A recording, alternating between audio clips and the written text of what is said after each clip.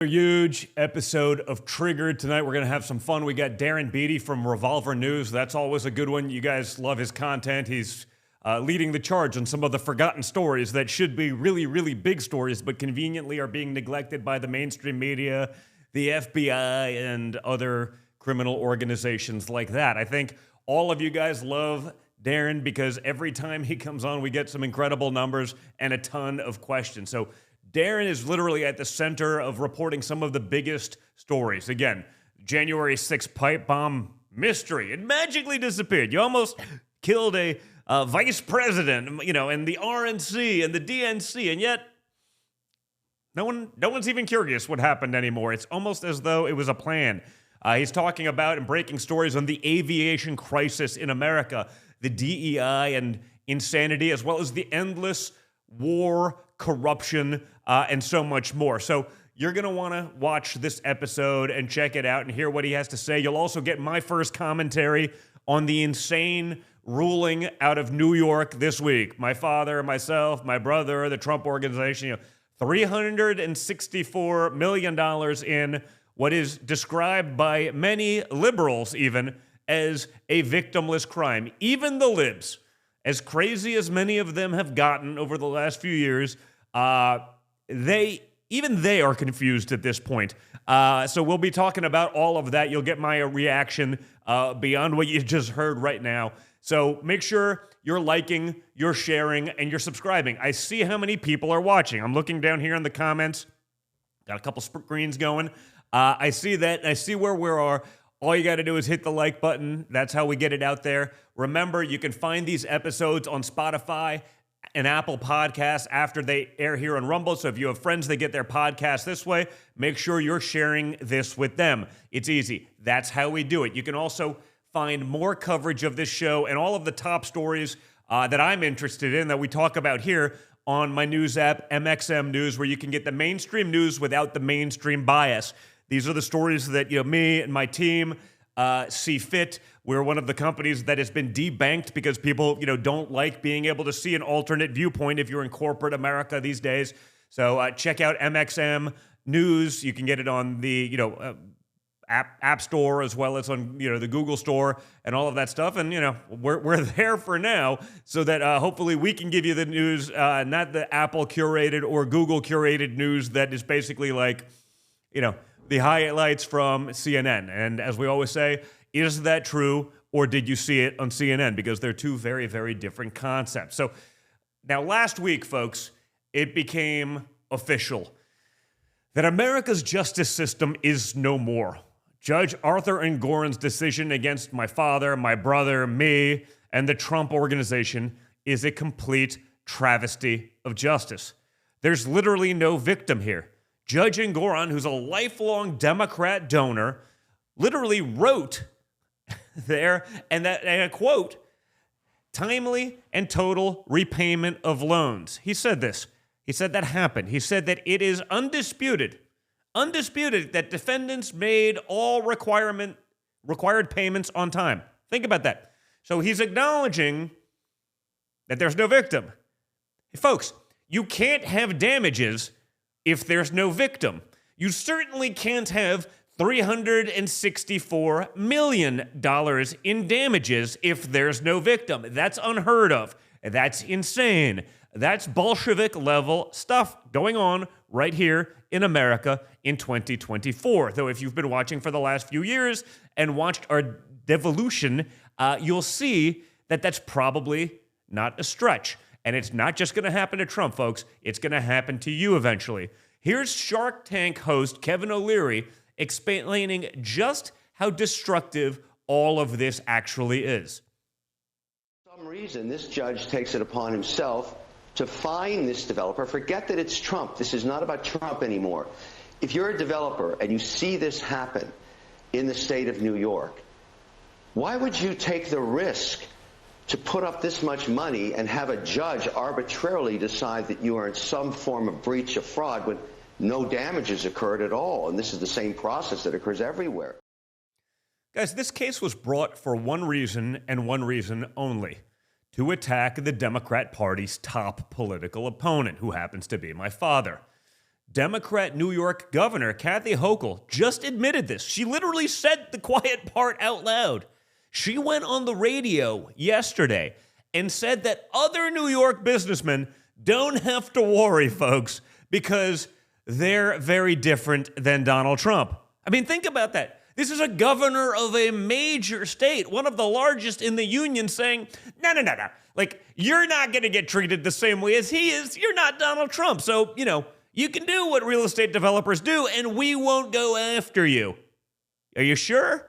Or is it only we won't go after you if, say, you donate to Democrat attorney generals, or if you donate to Democrat gubernatorial candidates? Is that maybe the precedent that we're setting here? You know what? If we don't like your party affiliation, if you don't write a big enough check to our coffers when we run for office and we ultimately win in a one-party state, essentially like New York, we're going to go after you. I mean, think about it. They're saying it. They're saying anyone else who did exactly what Donald Trump, you have nothing to worry about because you're not Donald Trump. Sure. Until they want more money that they're going to spend senselessly like they do on so many of the other ridiculous problems and things in these blue states. That's the new law in New York, folks. As long as you don't run for president as a Republican and your last name isn't Trump, then New York won't try to use the courts to destroy you. ... Just yet.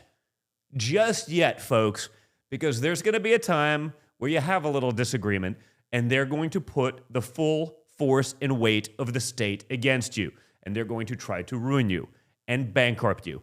This is the way the Democrat Party operates today. Make no mistake about it. The Attorney General, Letitia James, never hid that this is a political thing. She campaigned literally on the issue of suing and trying to ruin my father. Watch for herself. Of this president are numbered. Claims that you campaigned on a Get Trump agenda. And we will rise up together and we will resist this president. Bring him down. Remember, she's going to bring him down. That was before she ever saw anything. Before she was ever in a position of power to do anything. That was what she raised millions of dollars on a campaign for. She then failed as a gubernatorial candidate because, in all fairness, not that good. But in New York, you don't have to be, especially if you have the judge on your side and you're doing the bidding of the Democrat Party. This ruling is so egregious, in fact, that it's being criticized by a prominent never-Trumper. A never-Trumper is even like, okay, this is maybe bad precedent, folks. Law professor Stephen Calabrese wrote in Reason magazine, and I quote, "The civil fraud judgment against Donald Trump is a travesty and an unjust political act rivaled only in American politics by the killing of former Treasury Secretary Alexander Hamilton by Vice President Aaron Burr." You remember that duel, okay? That's what this is, according to this very prominent lawyer who also happens to hate Trump. But luckily, even a few Democrats, even a few never-Trumpers can still understand what this means for our country, just how insane it actually is. If you're a New York resident, just know that your tax dollars are going towards helping Joe Biden's 2024 campaign. This is how Democrats use government. It's a tool. It's a tool to increase their political power. It's the reason why the border is completely open. Democrats see future voters and cheap labor for their donors. Nothing more, nothing less. It's a power grab. Biden's border resembles a United Nations meeting. Just take a look at this clip on the ground at the border. That's okay, John. Listen, I want you to come with me for a second live here because I might as well be at a United Nations conference. We have migrants here from Turkey, from India, from Africa, from Peru, from China, a lot from China, as well as Brazil. It never ends, folks. Biden is now threatening to release 6,000 illegal immigrants from detention if Republicans don't pass his open borders for America and secure borders for Ukraine legislation. That's what it is. Our borders remain wide open while we will mortgage our children's well-being, their lifestyle, their prosperity away to protect corrupt nations in Eastern Europe. Okay, that's their priority. it's very clear that D.C. prioritizes Ukraine over Americans. They think Americans are morons. Here's Politico from this morning, and I quote, 4 American senators recounted a story Ukrainian officials told them at the Munich Security Conference. A soldier in a muddy trench with Russian artillery exploded nearby, scrolling on his phone for signs the U.S. would approve military aid. I mean, that's a quote from a real Political magazine. Really? Really? He was, bombs blowing up, and he's scrolling Twitter. Maybe he's on Truth Social looking for some sort of relief from the American government. I mean, do they really expect us to believe that? That someone's scrolling Twitter while being bombarded by artillery, hoping just magically, someone strokes a pen and missiles just appear out of nowhere. While, again, our kids go into poverty, their future prosperity destroyed, so that we can fight a war that no one has yet articulated what victory looks like. That's kind of a big problem with all of this thing. We talk about that a lot on the show. Literally no one has told us what victory looks like. No one has told us what the goals are, because we know the goals are just to spend more money, to enrich big war, the military-industrial complex. They don't get rich if they don't keep making missiles. They don't keep making missiles if we're not in endless wars. The vicious cycle continues. This is nothing new. The fake news is eager to play along with Biden's support for the former war. A CNN reporter said today that House Republicans now have blood on their hands. They have blood on their hands, guys, for not supporting Ukraine aid. Well, fortunately, good friend J.D. Vance, one of the few guys in the Senate actually out there fighting, was in Munich to explain that it's not pro-Putin to expect Europe to be able to defend itself. Watch and listen for yourself. Heard what, Trump said, and, they've criticized it, and they said, well, Trump is going to abandon Europe. I don't think that's true at all. I think Trump is actually issuing a wake-up call to say that Europe has to take a bigger role in its own security. Germany, just this year, will spend more than 2% of GDP, okay? That, of course, is something that we had to really push for in the United States, and it just now has finally cleared that threshold. But it's not just about money spent. How many mechanized brigades could Germany field tomorrow? Maybe one, okay? The problem with Europe is that it doesn't provide enough of a deterrence on its own because it hasn't taken the initiative in its own security. I think that the American security blanket has allowed European security to atrophy. And again, the point is not we want to abandon Europe. The point is we need to focus as a country on East Asia, and we need our European allies to step up in Europe. Another aspect of these things that's being overlooked is while we're sending billions and billions and billions and billions and billions of dollars worth of missiles to the Ukraine to protect their borders, what's happened to our stock? Are we actually able to defend ourselves right now? I imagine if you asked people like JD who could have this conversation honestly, the answer would be no. We've depleted our resources helping someone else protect their borders. Europe sits idly by because they're used to their big, dumb American allies coming in there and spending all their money, mortgaging their future. Remember the whole NATO push when my father was in there? Germany wants more money for protection against Russia while they wanted a pipeline from Russia to get cheaper gas for themselves. So they want America to protect them while they're enriching the enemy we're supposed to protect them from. Because our leaders are idiots. They're morons. They've done this, and they've continued to do it for years. It's why we're almost $35 trillion in debt. Okay? There is a point of no return. This isn't working anymore. Other people have to carry some of that weight. That's not being a Putin apologist. That's being a realist. And I wish we had a couple more realists in Washington, D.C. But as long as they're playing with your money and not their own, you're not going to see any of that. Well, finally, folks, more evidence emerged this weekend of Joe Biden's involvement in the Biden crime family's schemes.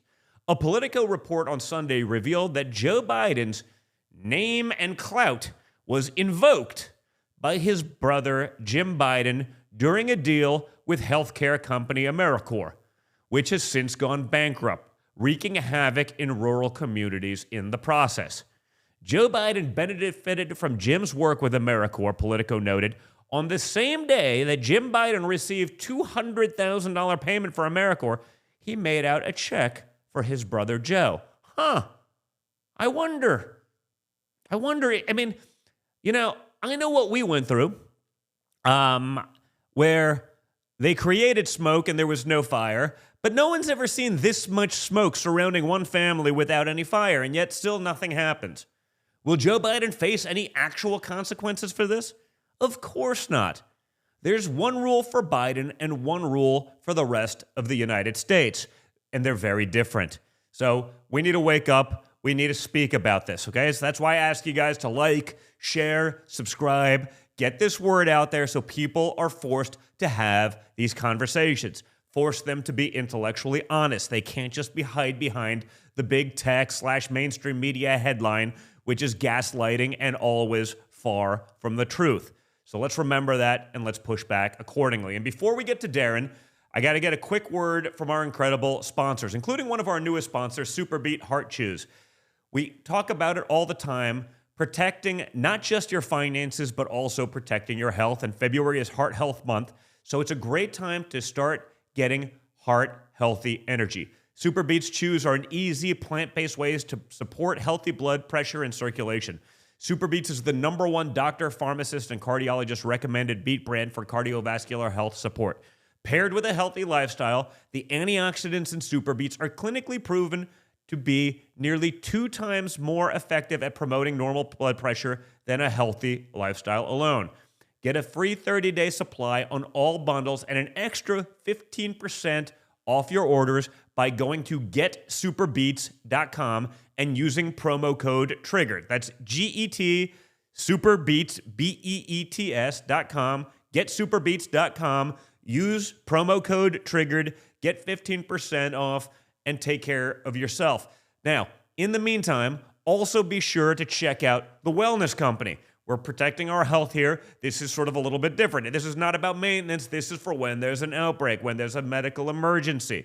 Like we saw with COVID, supply chain chaos, lockdowns, Fauci failures, all of it can make it harder to get the medicine you and your family need in a time of crisis. With the Wellness Company's medical emergency kit, you're empowered to take control of your health.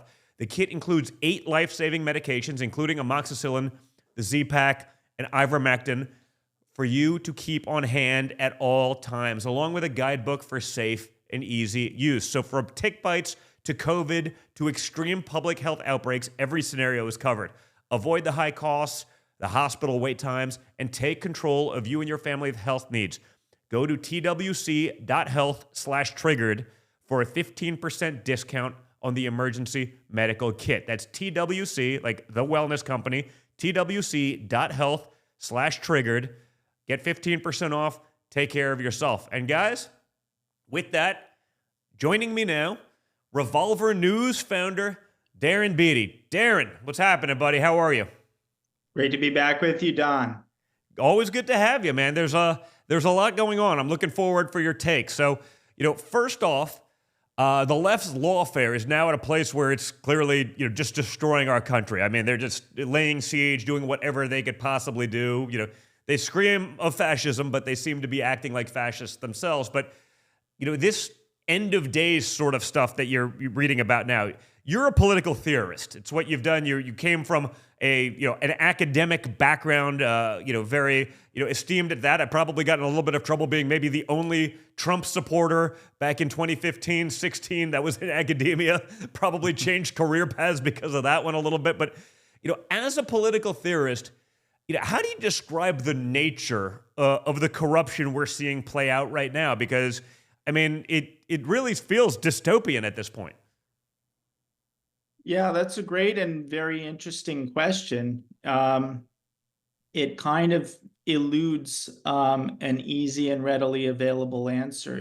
There's a temptation when one has read, the history of political theory and so forth to find some kind of convenient antecedent or heuristic with which to really account for what's going on. And, there's just the degradation of empires, which has something to do with it. And there are a variety of kind of convenient explanations that you see floating around the information ecosystem. But I think at the same time, there's something almost unique about the special version of dystopia that's emerged within the kind of postmodern West, and in particular in America. And I think a lot of the difficulty of capturing this really came about, crystallized around 2016 or so forth, because it really wasn't, the conservatives typically like to use terms like communist and socialist and everything to deride their ideological enemies. To some extent, there is applicability there, and to some extent not. And similarly, we like to use the term capitalist to describe what we are, and that isn't exactly the case either. And so we're this kind of weird dystopian creature that is a product of technological progress, but of a kind of degraded and decadent form, and various social ills. And so on a philosophical level, it's difficult to describe. On a political level, it's some sort of weird amalgam of the worst aspects of East Germany, Brazil, and South Africa. That's the best kind of description that I've been able to come up with so far. And it represents the blend of it's impossible to account for what's going on without the underlying effects of technological progress and how it's changed everything from the possibility of cancellation mobs to sort of deeper effects on the psychology, and various other cultural factors. So it's a very interesting question, and it's very difficult to answer. Probably would require a book to give a full account of it. But I think I'll stop at saying it's very tempting to go back and say, oh, it's like the collapse of the Roman Empire, or pluck some kind of antecedent, because what's the point of all of that learning if you can't draw some kind of comparison? Yeah. But I tend to emphasize the uniqueness of the special kind of dystopia that has emerged. And of course, there are other things, just like third world incompetence, that you see that are not particularly new, but it's third world incompetence within a very different sort of context, and that's what gives its unique flavor. Yeah, no, I mean it is unique. The tech component, I guess you're right, is something that's added a various element to this. I had an interesting conversation a couple years ago with Palmer Luckey, who founded Oculus. He was the youngest guy on the board of Facebook. He made a couple $1 billion by the time he was like 19, and they kicked him off Facebook's board because he happened to be a conservative. And he was saying, at any other time, he was really in reference to China. He was talking about AI, and this is a few years ago, before most people even were really thinking about AI on their radar. And he was like, at any other time in history, you could have an uprising because you could get enough of a critical mass of people together to push back on something. But now with AI and the way that technology works, the second there's one dissident, they can find him, they can isolate him, they pull him from the herd, you're never heard from again. It prevents sort of some of the natural things. So I think you're right. I mean, the technological aspect of what they've been able to do, the way they've been able to sort of push their hand on the scale. It's what Google does on a daily basis. It's what Facebook and Meta do on a daily basis. Even if you think you're able to look at something objectively, maybe some people are. They don't even realize just how influenced they're being by the tech side of things. What have you seen from that perspective? Well, yes, it certainly allows for more capable and efficient mechanisms of control. It allows for more subtle mechanisms of control. And that's another, I think, interesting dimension of the conversation is different types of authoritarian systems are appropriate for different types of people. I think, for instance, China, which is a competing authoritarian system, I consider our system also authoritarian, but of a very different variety. Mm-hmm. Different things are taboo, for instance, in China versus the United States.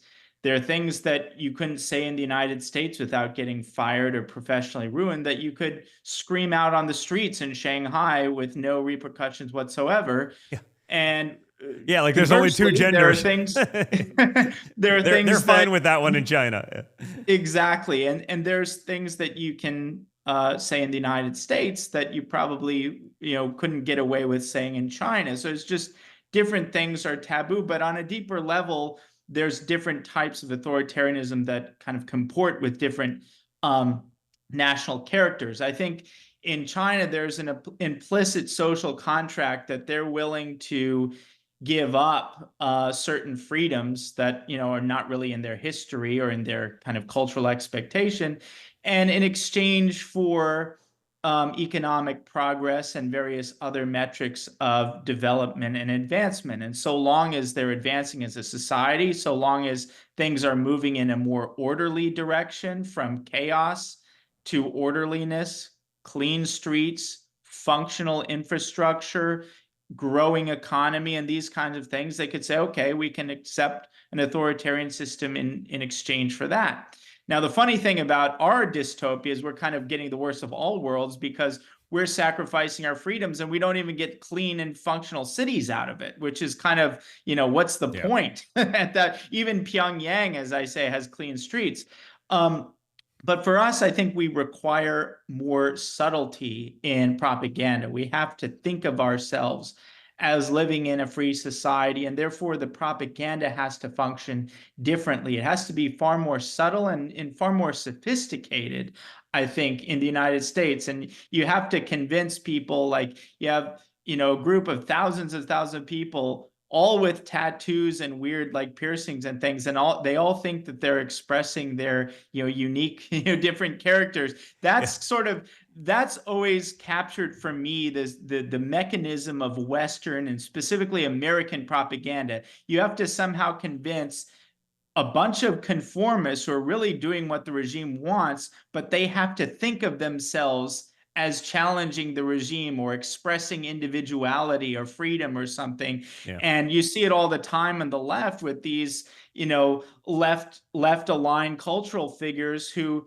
genuinely think of themselves as attacking, big, powerful structures, when all that they're doing is acting in lockstep conformity with the political ideals of every single powerful institution in the country. But yeah, kids, you're not the resistance.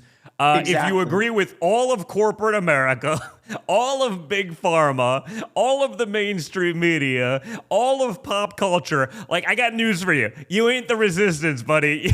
Exactly. You're the pawn. Exactly. So, and that's, we particularly associate with that with the left, but I think there's a generalization you can make there, is that Americans still, and that's why this whole thing about the pretense of being in a free society is such a crucial part of our self-understanding, and why I think what's happened since 2016, since the emergence of the Trump phenomena and the regime just going crazy in opposition to it, there's been a certain sense in which the pretense of our being a free society has been abandoned and sacrificed.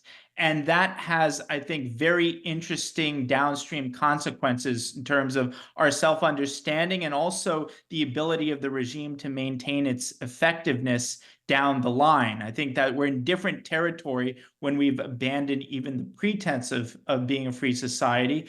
And you mentioned, sort of the algorithms and their effect on things.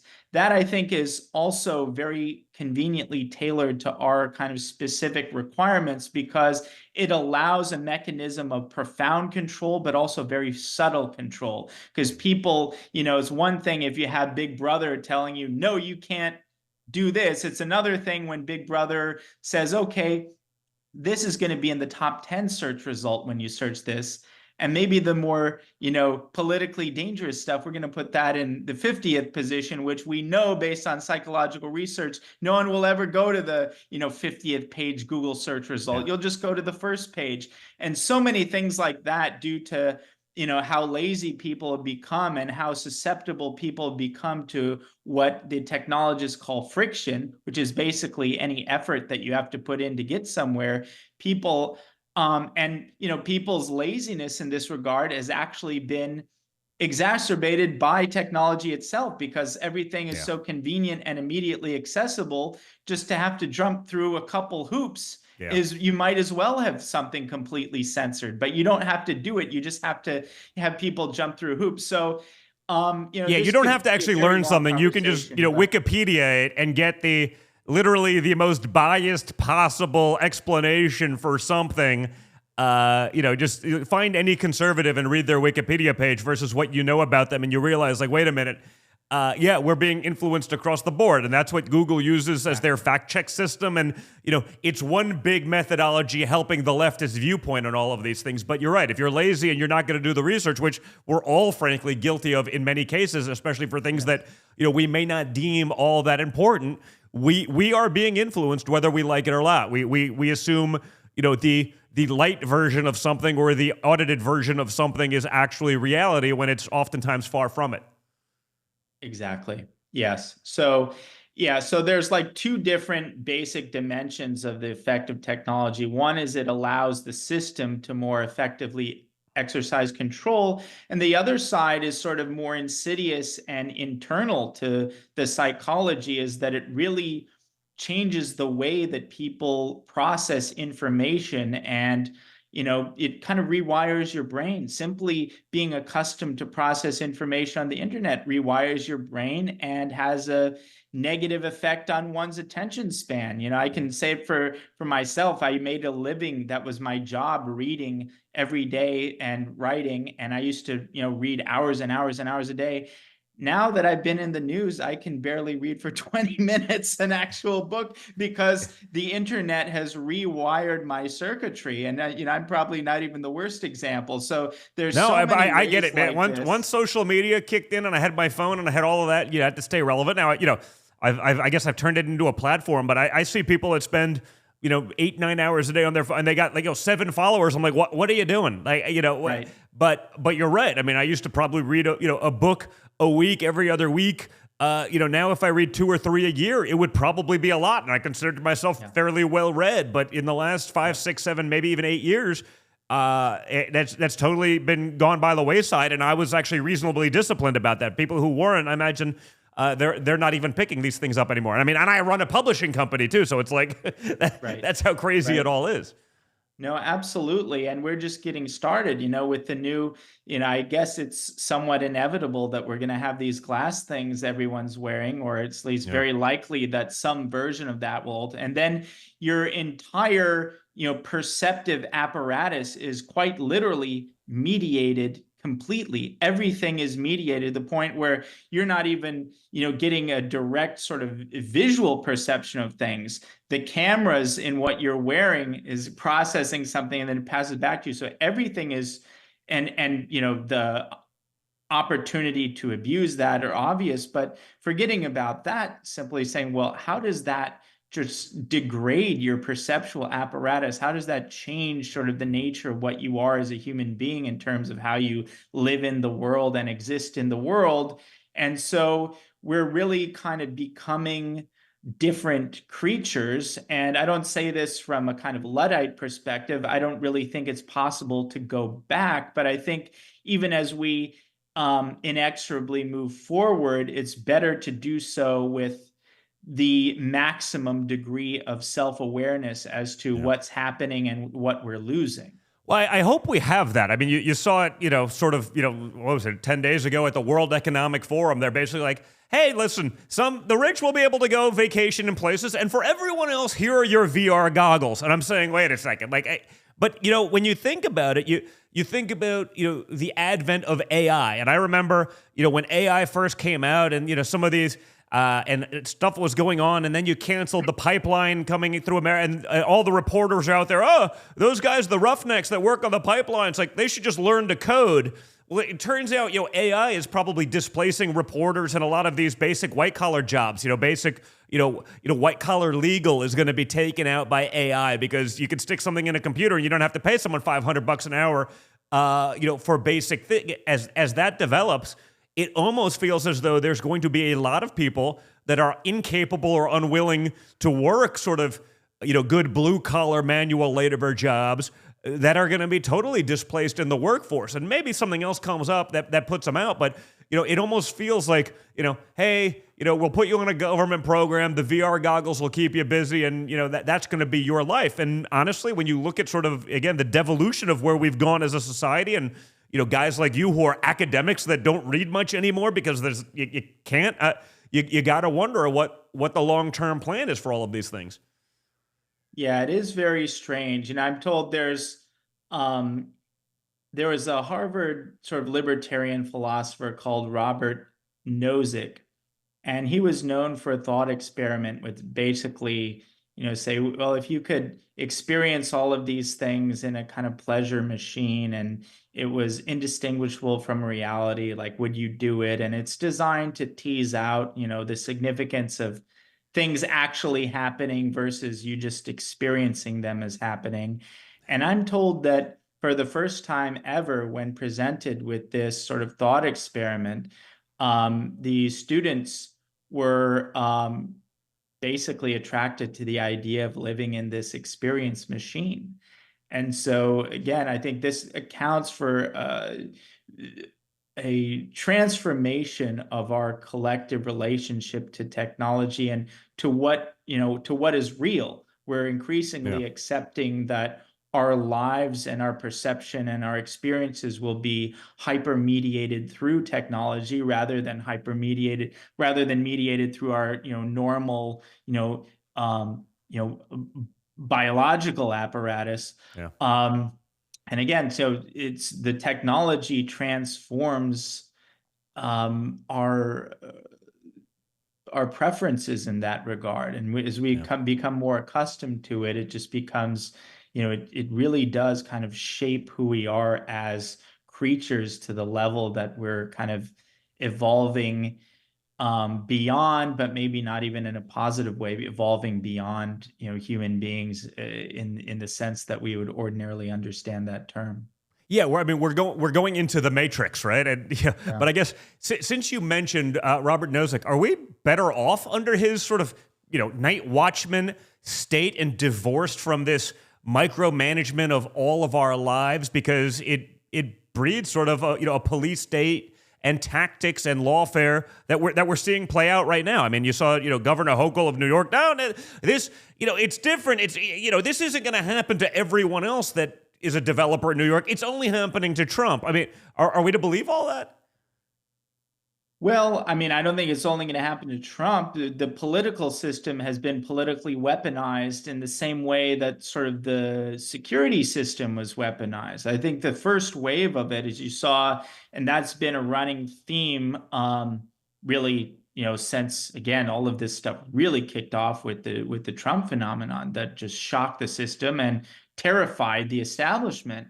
To the point that the entire security apparatus that was, really developed to address the war on terror, which obviously had its own issues. Part of the reason that Trump so scared the establishment was that he was willing to critique that war on terror. But nonetheless, this whole system that was set up, like the Department of Homeland Security, which is the spearhead for this whole thing, has all been repurposed politically in order to silence and suppress the energies associated with 2016. And now we see a new wave of that's happening concurrently with the national security wave, which is the real weaponization of the legal system. And again, this is, in a certain way, this is, third world. But it exists within a context that it's not just, the third world context actually has advantages that we don't have. It's like the worst of all worlds. Yeah, when you don't have Wi-Fi, scenario. It's hard to be manipulated by big tech. Right, exactly. We're going to go down the rabbit hole much faster than they will, unfortunately. But exactly. So it's very dangerous. It's unprecedented. It's related to what I was saying earlier about abandoning even the pretense of living in a free society, notwithstanding the public justifications. Oh, we have to completely abandon the rule of law in the name of democracy. But that's just less and less believable. And, that's sort of an interesting point, right? Because you brought up cancel culture before, and it's sort of interesting. I mean, I feel like it still very much exists for certain things. But, I notice, there's words that were part of, what would be, our vernacular when we were children. People, you see them now. You're on social media, and people are saying, retarded again when something is that would otherwise be ridiculous. And they're using that. There was a period of time that was literally a cancelable offense. They're using the word gay, not in the sense of sexuality, but just like, I don't know, that shirt was gay when you were in high school. You said that. It was every other word out of your vernacular. It got so bad. The thought police were out there in such full force and effect. And yet now I'm seeing some of that sort of make a comeback. People are becoming slightly less afraid. They're sort of saying, the cancel culture went so far, people are saying, fuck it, it's not worth it. At this point, just cancel me, because you can't have a basic conversation. Do you think the notion of cancel culture, while it's still very much controlled by the left, has sort of maybe jumped the shark a little bit, where it's not quite the threat that it was 2 years ago? That's a very interesting question. This is something, I was a target of cancel culture at one time myself, and I've thought about this a lot. And I think, yes, it's a yes and no. It's certainly the case that attempts at cancellation for public conservative and right-wing figures are far less successful and far less severe than they were even, say, 4 or 5 years ago. Yeah, that is certainly the case. I think that part of that is just how the latest developments on Twitter with Elon, that plays a part of it. But more so, it's just that it's almost a consequence of hyperpolarization. The early stages of political polarization, there was still some sense where the right wanted to. The right was guilty of canceling its own, much more so than the left actually canceling the right. That's true. And so I think and that was a consequence of there being this sort of there was a bridge there between more of the right and the left, whereas the left getting so crazy and things polarizing to such a hyper degree, I think that fracture accounts for a dynamic whereby basically everybody on the right, and we're accepting, there's still an establishment on the right. It's just not within the information ecosystem that would be an instrument of cancellation. Mitch McConnell is probably not going to have you for dinner. He's not going to support your campaign or so forth, but it's not like you're going to be canceled in that same sense that we associate with the term. So I think the polarization has made a big difference there in terms of the consequences of cancellation.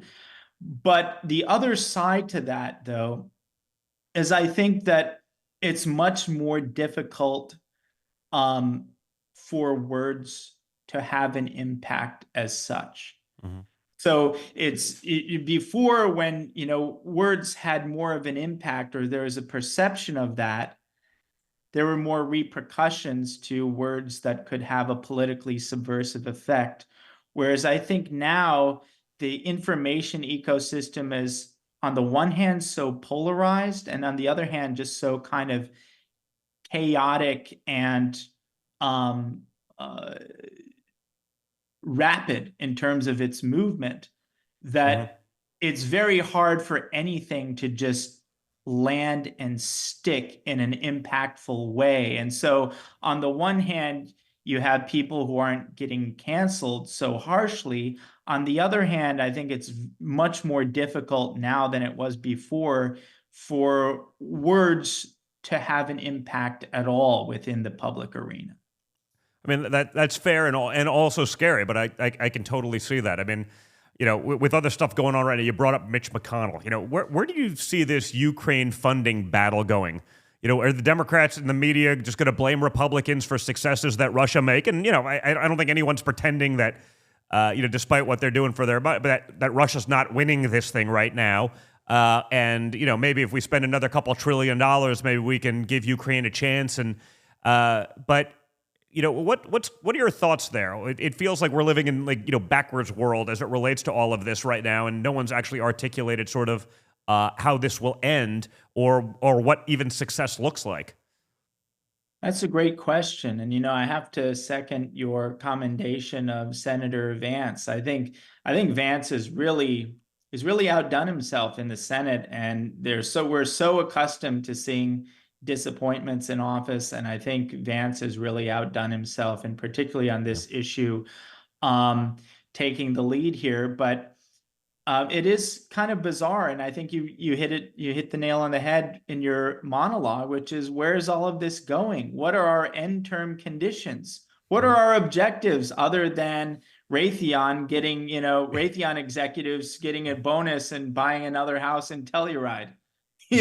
What? I mean, who needs objectives? It's just war. Just keep killing, right? Like, it's insane to me. Like, and no one's asking these questions. Like, well, so what does it look like? When does it stop? What is victory? Is it just going to be another $60 billion next month and another on top of that? I mean, eventually we run out of money, right? Like, what happens to our own stockpiles of weapons? If I know it seems that this administration certainly has made it clear they could care less about our sovereignty, our borders, but maybe another administration down the line wants to actually protect our country from our enemies, since this one clearly doesn't. It's just so puzzling, and really, when you think about it, it's so frustrating. You think about how much money was wasted in the war on terror, trillions and trillions of dollars. How much money was wasted on the COVID scam fiasco? Yeah. Probably, in the trillions, somewhere near there, if we do a full and honest accounting. And now, how many hundreds of billions dumped into this Ukraine thing that doesn't have any clear objectives? Think of what we could actually do if all of that money were directed just marginally more intelligently, not even like brilliantly, just marginally with more rationality than that. The waste is unfathomable. I always start with the thought experiment. You get these people who are putting these billions and billions of dollars into Ukraine without even reading these bills. Especially recently, they haven't had time to read any of this. It's 7,000 pages, and we're voting on it in 15 minutes. Congratulations. Exactly. Do your research. And most of these people are half literate anyway, and for that reason, for that matter, they're mostly innumerate. I would love to just call these people on the spot in the Senate, and how many of them even know how many zeros there are in a billion? Yeah. No, just put them on the spot. Say, how many zeros are there in a billion? You say we want 100 billion, to Ukraine, whatever. It's not, and part of it's Ukraine, and then there's stuff for Taiwan, and like everybody gets something except for the border. That's what just makes it so egregious. And the fact that the Democrats are so committed to the Ukraine funding, but you almost have to admire just how rock solid they're. They're like, we're so committed to the Ukraine stuff, but we're also not going to give you anything for the border. They're like, and they can get away with it. Usually they get away with it. It's incredible. And that, by the way, that's another component. That's another unique component of this dystopia and this authoritarian system. Think of this thought experiments, like your Mao, who is responsible for millions and millions of deaths. If somebody went to Mao, back in the day, and said, Mao, I have an idea. Let's open up the borders of China. Let's allow massive immigration from everywhere in the world, but mostly the third world, mostly the least accomplished and most corrupt places on the planet. Let's give them a massive preference. And let's just let them flood in massive numbers for decade after decade after decade until our entire Chinese population is replaced. And in order to allow this to happen, let's ruin the lives of anyone who points out what we're doing or criticizing. I guarantee you, Mao would probably look in that person's eyes and say, how crazy and depraved are you? Mao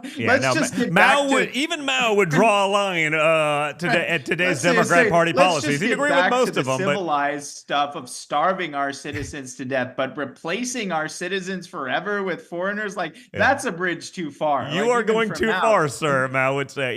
It's amazing. But I mean, But you're right. I mean, it is insane. I mean, you've been at the center of, a lot of the January 6th investigations, but mostly, the pipe bomb mystery that you would think that Democrats would have a real problem with, right? I mean, they threatened the DNC, the vice president-elect, the RNC. I mean, I don't think they care too much about Republicans or other Americans, but you'd think they'd have something to say about it. But, by now, many people have seen your reporting from Revolver News talking about the footage of Secret Service acting very calmly, letting kids walk near the supposed pipe bomb that they discovered on January 6th. Can you take us through, what's new? Because it feels like it's always evolving, but it also feels like the kind of thing that, the second it gets out there, sort of like the magical shooting that happened at the Kansas City, football Super Bowl parade.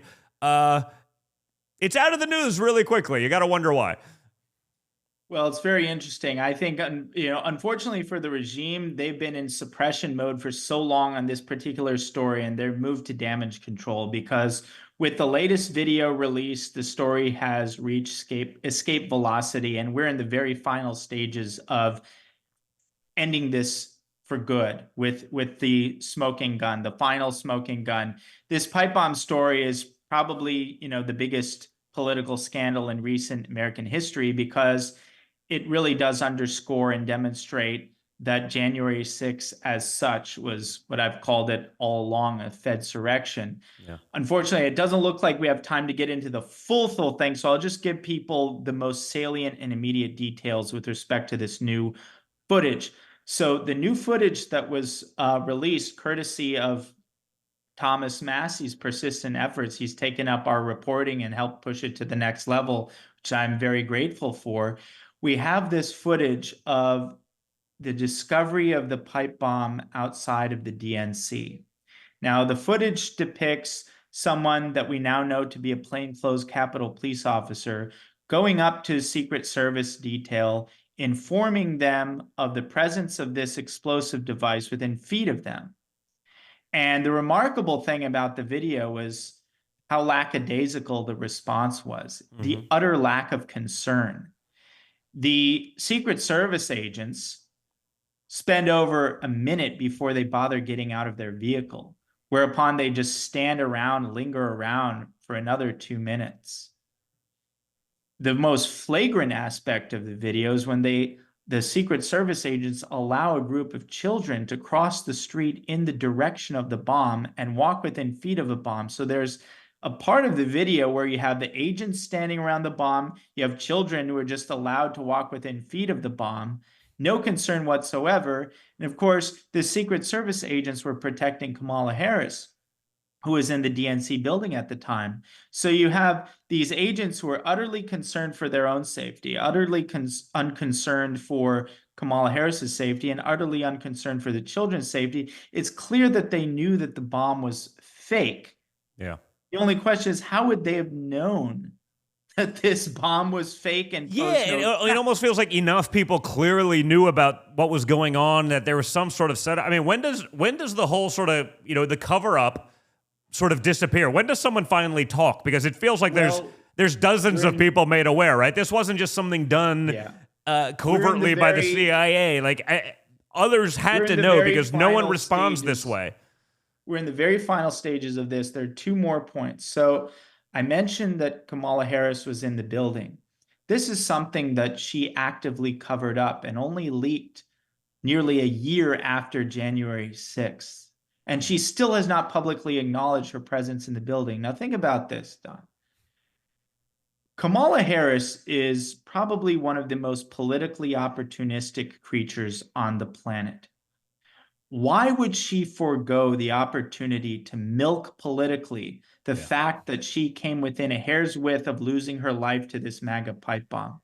Why would Joe Biden, who is like ruled to be, legally senescent? It's like, those old Supreme Court cases where they ruled, to use one of these cancelable words. Yeah. If you're retarded, you can't be subject to capital punishment because your mind is not capable of like processing right and wrong. Yeah. Basically, Joe Biden was given the equivalent ruling in the Herm memo. It's like, And if you've seen Joe Biden, it's like, it's hard because it's like you want to cancel him for it, but you're like, yeah, but I kind of agree. Like he clearly is adult. I don't know how he can have the nuclear football, but like minor details. Right. It's, you can't really have it both ways, but they've certainly made an art form of having it both ways on the left. Exactly. And so Joe Biden, who is clearly senile, and it's an effort for him to give a speech that's longer than 5 minutes. He gave a speech for over an hour to emphasize how important January 6th was on the third anniversary of January 6th. And remember, January 6th is not even, it's the pretext for the weaponization of the national security state, but more immediately, it's the legal pretext of all these sham efforts to remove Trump from the ballots. So January 6th is still a very live issue for the left. And Biden, accordingly, gave over an hour-long speech about January 6th, about how ominous it was as this, horrible act of domestic terror. And yet the most domestic terror-like thing that happened on January 6th were these explosive devices.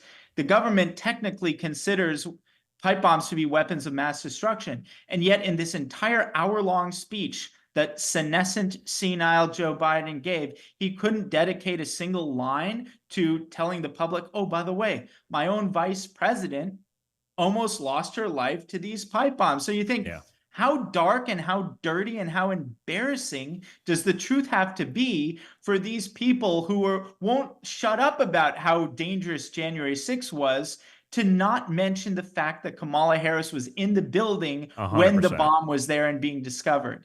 Yeah, listen, Kimberly worked, with her when she was a prosecutor and stuff like that in the office. And I don't think Kamala Harris ever tried anything, but she was, one of the most ambitious bureaucrats in the world, sort of incompetent at anything other than being a bureaucrat. There's literally zero chance that she wouldn't jump at this opportunity. She jumped at plenty of other opportunities, it seems, that are far, let's just say, indiscretionate, things that we would not talk about on this show, that she seemed very happy doing to move herself forward in her career and advance her prospects. I have a feeling that if she was legitimately going to get blown up by, a MAGA extremist, she'd be all over it all day. Every day since January 6th, 2020, and almost not a peep. It's literally, it can only mean one thing. That would be the main talking point of January 6th. And with this latest video where it's clear that her Secret Service detail knows the bomb is fake and there's no innocent explanation for why they would know the bomb is fake, that certainly adds to the suspicion. And one more quick thing on this, because this is a whole saga. We've created this whole universe of reporting at Revolver for the past 3 years on this pipe bomb, and now we're finally at the final stages. But to just give people a sense of how infinitesimally implausible the official version of things really is. So these pipe bombs were planted the evening before. The DNC bomb was planted around 8 p.m., and the RNC bomb was planted around 8:30. Now, these two bombs, we're told, they're sitting out there in their respective locations, undiscovered, for 16, 17 hours. And then magically, 3 minutes before the Rayette's West Perimeter breach on the Capitol, a random pedestrian discovers the RNC bomb behind a trash can. And then 15 minutes later, the DNC bomb is randomly discovered when it was sitting out there for 17 hours undiscovered. So the pipe bomb scenario is they're planted the evening before, and they both are sitting there undiscovered between 16 and 17 hours, only to each be independently, coincidentally discovered within a 15-minute time frame that perfectly coincides with the West Perimeter attack on the Capitol. Yeah, seems legit. I don't know how to fake the world's largest eye roll, but I'm glad you guys are all over it because hopefully someone finally comes forward. I doubt it, or they'll whack them or whatever it may be. But there's no question that this was like the rest of January 6th, just totally a setup, and it's part of the Fed's direction. If they didn't get what they wanted at Congress, this was the backup plan as the proverbial threat to democracy. Yada yada yada yada. It's all a soundbite to them. But hey, they got what they wanted, so all of a sudden this can disappear. And if this isn't the focal point, then the very glaring holes in the story no longer get to be scrutinized the same way. Absolutely. And look, there's so much at stake in it, and it's not like they've abandoned it. They still think January 6th is useful because they're using it to remove Trump from ballots. Yeah. They're still using January 6th, and as evidence of that, Joe Biden gave a major speech on the 3rd anniversary. And so I say this is only to encourage more people in the GOP, more elected officials in the GOP. We're at the stage of the investigation now where it's safe to jump on board. And it's absolutely worthwhile because the fake narrative that the regime has invested in January 6th is used to demonize and falsely incriminate everybody. It's not even just Trump supporters. It's basically anybody who deviates from the regime, including all Republicans, whether they like it or not. So it's one of the highest leverage, best uses of people's time, energy, and resources now that we're so close to the finish line on this, to just help us get to that extra step because we're so close. And I know for a fact the regime is panicking, the regime media is panicking. They're coming up with damage control plans because with this latest video, it's over. People look at that and they say, how in the world does the Secret Service, which by the way, they swept that area twice with dogs. Did both dogs have COVID that day and they couldn't smell the gunpowder? Yeah, just so we're clear, like I went to the Secret Service, training facilities. Like I got in the bite suit. I had to call my father to get permission to do it because I was like, I want to see what these dogs can do. Needless to say, it was an eye-opening experience. I used to be the guy who was like, oh yeah, I could punch a dog off, like zero chance. But I also got to watch them work the bomb-sniffing dogs. And, like I said, many of these guys are my friends. I'm sure the leadership there probably doesn't love me, but, the door kickers and the agents, I think I was told I was the most requested detail in the Secret Service. I treat people well. I do cool shit. It was sort of good. So I got to do all this stuff. I've seen those dogs work. It's some of the most, and I come from a hunting background with field trial labs and all that kind of stuff. Like I understand good. I've never seen anything like it. It was so impressive. They didn't miss anything. And I don't mean miss a pipe bomb. I miss a little, smudge of something from a pipe bomb under a box hidden in an airtight compartment. They were on it. There's no way they sweep this thing currently housing the vice president-elect, for 17 hours and everyone misses it. There's literally zero. There is less than zero chance. I'd bet my life on it. The amazing thing, Don, there are 2 different dogs that are recorded on videos having swept the area, which makes you think, were they lying about the pipe bomb actually being there when they said it was? And it just so happens that in another piece of research we did a while back, we showed that the FBI is withholding video footage that would definitively show whether or not the person planted the bomb when they said they would. Well, they slowed down the footage, so the stuff that you see is like, 1960s video technology magically. I mean, I'm sure that was the technology outside of Congress and outside of the DNC and the RNC. Just, totally not a setup. In other major news that you guys are reporting on, it surrounds the stuff going on in, the aviation safety crisis and how sort of DEI, diversity, equity, inclusion, is a threat to air traffic control, to pilot hiring, and to much more.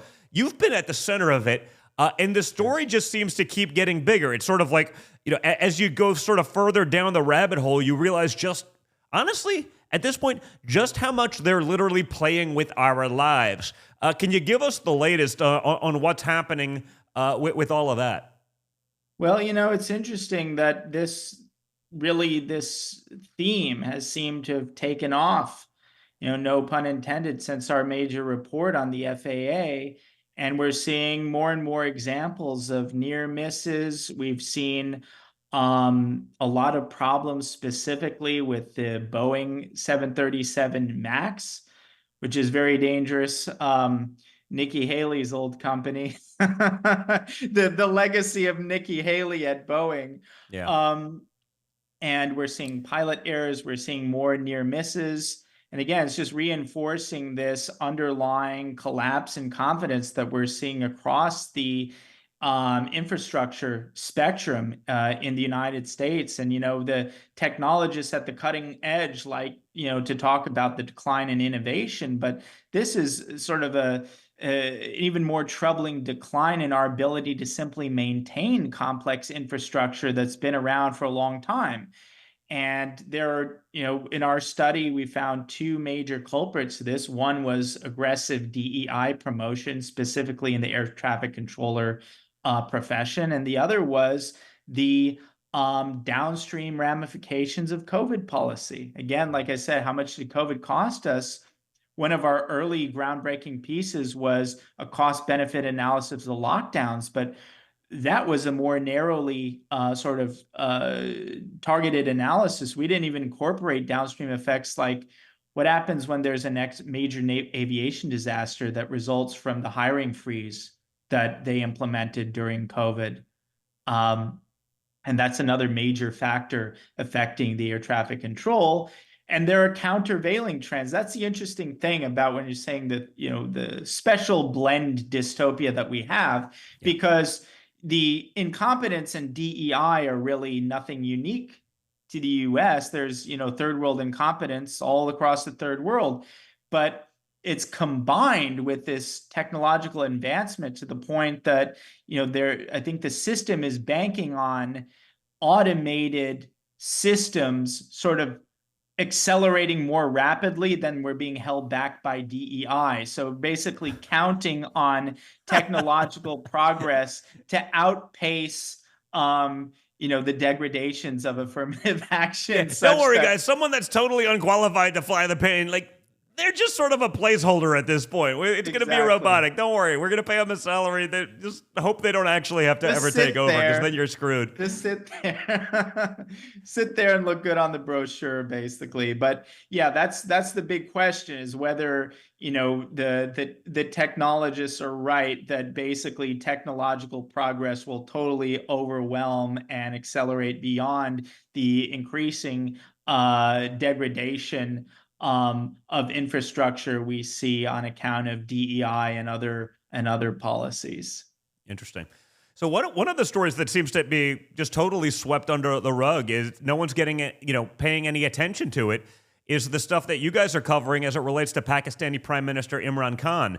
I know a lot of people don't know about it, but he was actually prosecuted and thrown in jail and then won an election. I mean, it feels like maybe Pakistan is foreshadowing some of what the Democrats are trying to do here in America, and maybe that's what the result is. But why is this not getting any coverage?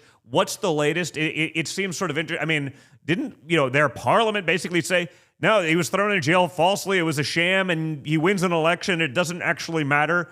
And why don't more people have a problem with that here in America, other than maybe whoever's doing it to him in Pakistan, that's the playbook they're looking to run here in 2024. Absolutely. It is curious, the lack of attention, especially when comparatively you can see how much attention has been given, I think with, justification to the sad fate of Navalny in Russia. Well, here we have a figure who is probably the better comparison is not Navalny, but Trump. I would call him basically the Pakistani Trump, and the parallels are striking. He was a kind of a superstar playboy in the 80s, a major worldwide cricket star, a big sensation in the media, and he left the life of glamour for a life in politics, where he successfully challenged the two entrenched political parties and family political dynasties to win the election in the first place. Does that sound familiar? Trump defeating the Clinton dynasty and the Bush dynasty? Sounds there was familiar. The equivalence in Pakistan of the Sharif and Bhuttos, and Khan defeated them. And he was a major populist figure. He was a critic of the deep state. And really, if there's any country in which the term deep state applies, it's Pakistan, that is infamously controlled by its intelligence services and the military going back a very long ways. Khan was the first person to exist kind of independently of them, and there's always been a kind of interesting, tense relationship. that I think frayed as his tenure moved on. And then, for all these people talking about meddling, well, maybe the most flagrant version of election meddling ever took place under the Biden administration, in which Biden's State Department officials basically told Pakistani government officials, you need to get rid of Khan in a no confidence vote and things will be much better for you. And then sure enough, the very next day after this diplomatic cable was sent, the so-called cipher, Khan was subject to a no confidence vote and ultimately removed. But because he was such a popular figure, by far, the most popular person in Pakistan, one of the most popular political leaders in the world. Pakistan is the fourth most populous nation on earth, I believe. Yeah. And same story that we see, and he might have even had it worse than Trump in a way. He was subject to 150 bogus criminal charges, from classified documents cases to just phony, just complete phony stuff. His party was basically deemed illegal, so they couldn't run as his party. So the people running aligned with his party ran as independents. They charged him with a classified document case for saying that there was a diplomatic cable from the US government demanding his ouster. The Intercept leaked that cable, and turns out that was true, but Khan didn't even reveal the contents of it. And yet, just like a couple weeks before the election, he was already in prison, but they gave him a 10-year sentence. And despite all of this, despite making his party illegal, despite having him in prison, despite hitting him with a 10-year sentence right before the election, his party basically won the election. I mean, maybe it's why they're working so hard to make sure my father's not on the ballot, so that the obvious corrupt, the Democrats here have taken it a step further to try to prevent what happened in Pakistan from happening here, where you're right, you're unlawfully imprisoned, you're this, that, the other, but you're still on the ballot, so you can win. They got to pull him off the ballot is the last step that was missing. Exactly. And the amazing thing is, when he won, again, the other guy, the corrupt guy, went out and gave a victory speech, even though he'd got fewer votes. His party got fewer votes. But Khan, from prison, gave his own victory speech as an AI. Wow. How crazy is that? So it's actually a really wild story. The parallels are striking. It's portentous. It's a fascinating saga in its own right. And of course, in this parliamentary system, even if you win, the opposing parties can form a coalition against you and freeze you out, which looks like what's going on. But still, it was a shock upset election. The system had massive asymmetrical advantages. And Imran Khan, being, a hugely popular leader, had the support of the people, which ultimately prevailed, at least numerically, in that election. So it was a very interesting case, a very interesting story. And actually, he got along great with President Trump when he was in office. And that was probably part of why the deep state hated him so much. Yeah, because they couldn't start another war between India and Pakistan because you had good relations on both sides. So what was, Darren, what was your, you had to have watched it because it was fairly striking to me, but I'm sure you saw the Fani Willis testimony last week in Fulton County, Georgia. She's the district attorney of one of America's largest cities, and yet seemed to really struggle on the stand. I mean, she came off sort of, aggressive, thug-like, talking about G's and Grey Goose. I mean, how does this person? She got into Emory law apparently, so I'm sure that was legit. But talk about it. I mean, how does this person get into law school, let alone become the district attorney in one of the largest, by population counties anywhere in America? Well, I think the DEI regime probably accounts for just a little bit of her career success and career trajectory. And when you say little, you mean like 99.9%. Right, maybe just a little bit. Just so we're clear on what little means. Yeah. Yeah, it was a remarkable display on her part as to, the nature of what things have become in our justice system. I think, once we see more of these Fanny types, we're going to be, begging for the days of Robert Mueller. And I never thought I would say that, but we have these people, and they're so. I mean, Mueller didn't even recommend criminal prosecution to his credit. Like, he's fully corrupt and everything, but I think we're seeing a different level of incompetence plus corruption with people like Fanny, and people fully don't realize it. And I think the public testimony has given people a glimpse who hadn't been exposed to. This is what happens. It ultimately comes down to people, and you have really corrupt and really stupid people in positions of, a lot of power. Yeah. And ultimately, it's this open question: can we maintain something resembling a first world system where people like this can be in charge of things? Can we really have technology and a handful of pockets of competence do all the heavy lifting?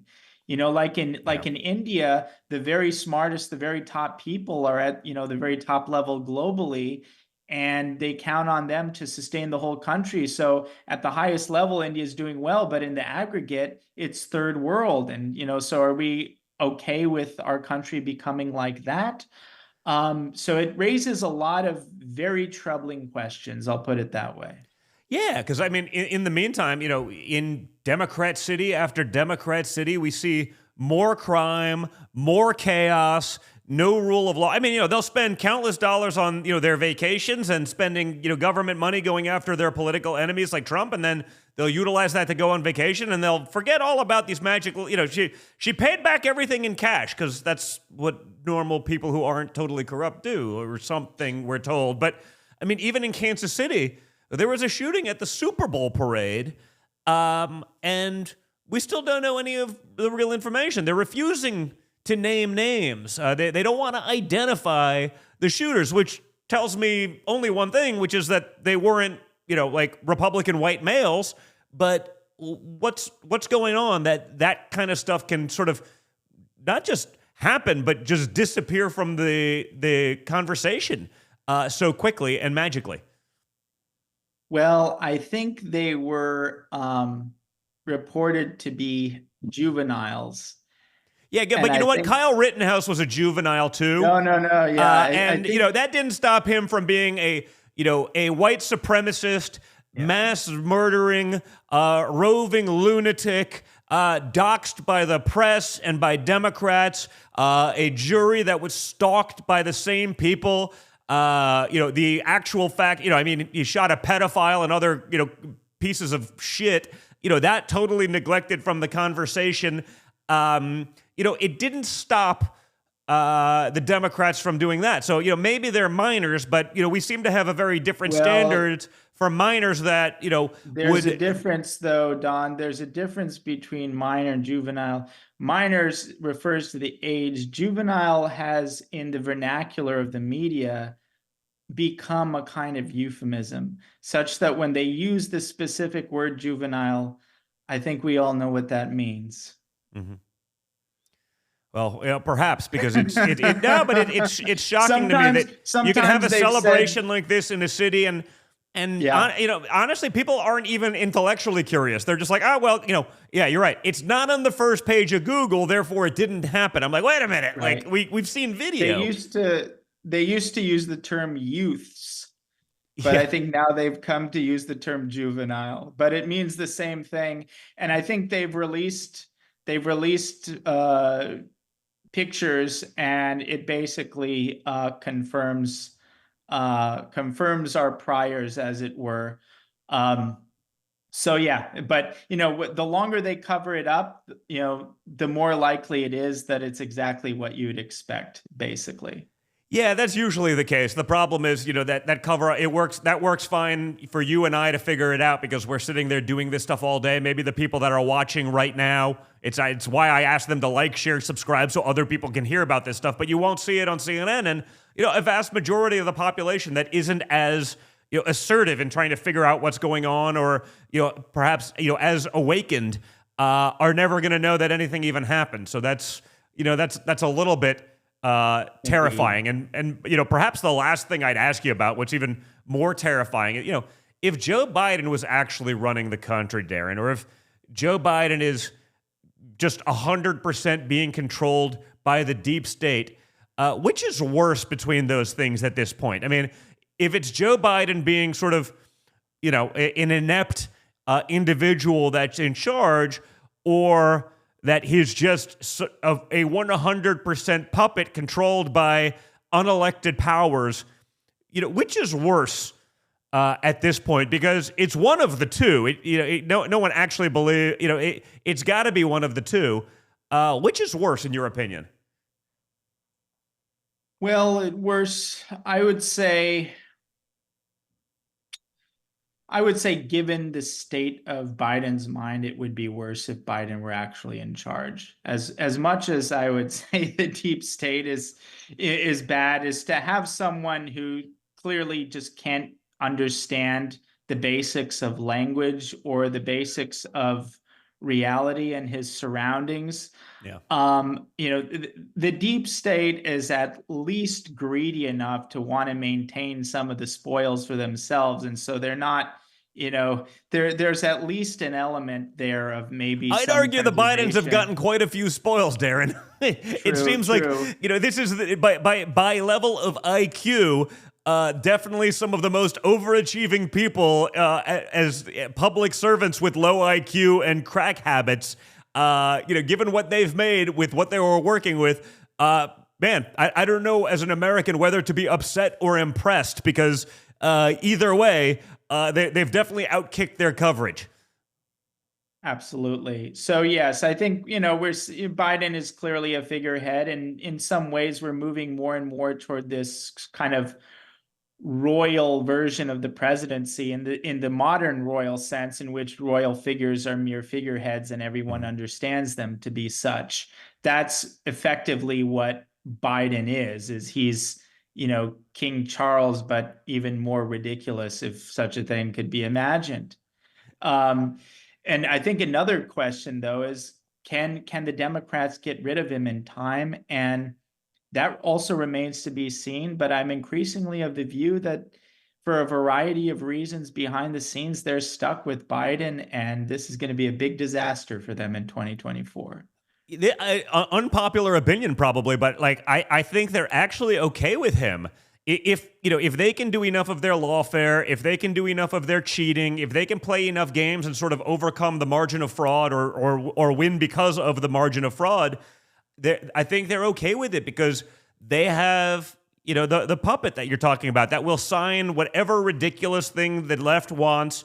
The things that Obama would have probably loved to have implemented, but would not be willing to sacrifice sort of his reputation with the American people, his overall popularity, etc. With Joe Biden as sort of just, with a stroke of a pen, yeah, sure, Joe will sign that, stick it in front of him. Who cares? I mean, the legislation is radical. Obama wouldn't have allowed the border crisis to be this bad. I believe he'd love it to be so if he could get away with not taking the responsibility for it. But that's just not the case. Whereas I feel like they're very happy to throw Joe Biden under the bus as long as they're getting what they want. And in that sense, he's been very effective for the radical left, because he's not worried about a legacy. He's got no legacy. He's an imbecile. He has no idea what's going on.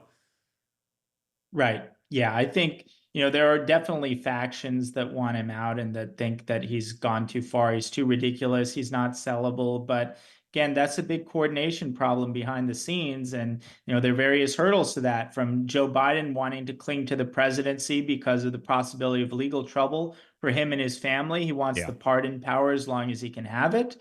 The heir apparent, the traditional heir, Kamala Harris, whom we've discussed, nobody wants her, including the Dem establishment. She's a Joe Biden lifesaver, without question. Yeah. I mean, without her there, if they had a reasonably competent VP, I mean, I think it's a whole different scenario. But they realize that she's perhaps even more unelectable than Joe Biden, which is literally hard to believe, but very true. And yet to leapfrog her is a vexed issue because of the Dem constituency. So they're in a really difficult bind here. And there might be some ingenious solutions. We saw the power and the efficacy of the Democrat machine in the 2020 primary. Remember when there were all these people like Buttigieg, everyone, then all of a sudden, seemingly overnight, it all locked in for Biden? Like that was an impressive flex by the Democrat machine, assuming they still have a little bit of that juice, but this might even be too much for that machine. And even the machine would have to settle on somebody, and it's not clear who that person would be. So ultimately, I think we're going to see Biden stick it out, and as shocking and as ridiculous as that might seem. Well, we will see. But Darren, it's great to have you guys. Make sure to check out Revolver News and everything that Darren is doing over there. He's really actually doing the work that other journalists are supposed to be doing but refusing to. So always appreciate you having you on, Darren. Thanks so much for being here, and we look forward to, as we get more breaks in some of these major stories that, again, others refuse to cover, look forward to having you back. So thank you so much for being here. Guys, thank you so much for joining us. Again, make sure to follow Darren, Revolver News, all of the things that he's doing. Remember to like, share, and subscribe. I see how many people are watching. I see the number of likes. They're not commensurate just yet. Get that number going. That's how we beat the algorithm that we're talking about. Also, remember that you can get Triggered on Spotify and iTunes podcasts. Download it there. If you have friends that get their podcast that way, send it to them so that they can get the same news. We can get it out there. It's because of you guys that we're able to do this, but I need your help. Okay, I need your help getting it out there. So please do whatever you can with that. Also, I'm going to be doing locals right after this. I may let my team go because we went a little bit long. I may go downstairs, just do it from my phone, have a cigar. So I'll join locals 5 minutes after we sign off on here. And also, guys, don't forget to go check out our incredible sponsors.